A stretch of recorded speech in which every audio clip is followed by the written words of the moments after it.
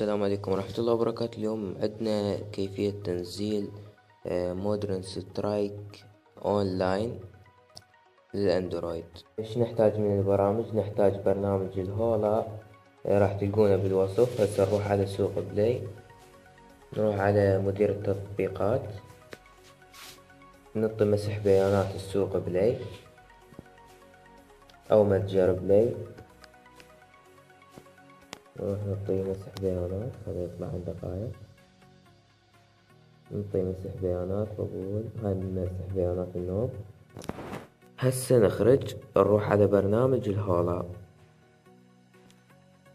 نفوت على برنامج الهولا. لازم نغير اللغة مالته، روسية نسويها.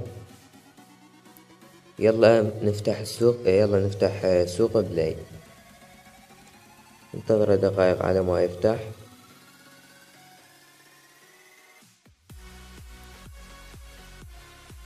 هسه راح يطب على السوق بلاي.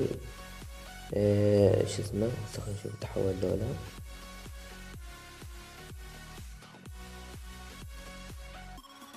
نعطيه قبول. هاي هسه راح يعطيك هنا شو اسمه مال بدء الاستعمال او الاستخدام. هسه تحول روسي. ايش تكتب اسم اللعبة؟ مودرن سترايك اونلاين، سترايك اونلاين. تبحث عليها ما راح تطلع لك هي اول وحدة. حسب انا طلعت لي جوا لعبة الدبابات هاي الحمراء اذا شفتوها. دقائق نرجع، خرجنا.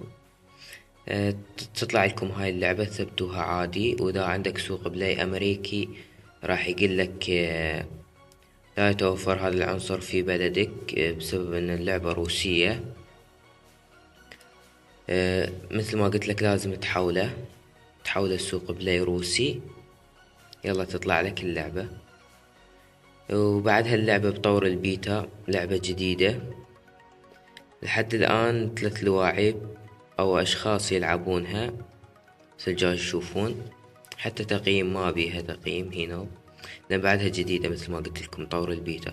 راح يجي ورا هذا فيديو مال اللعبة. إذا عجبك الفيديو لايك واشتراك إذا كنت ما مشترك. في امان الله.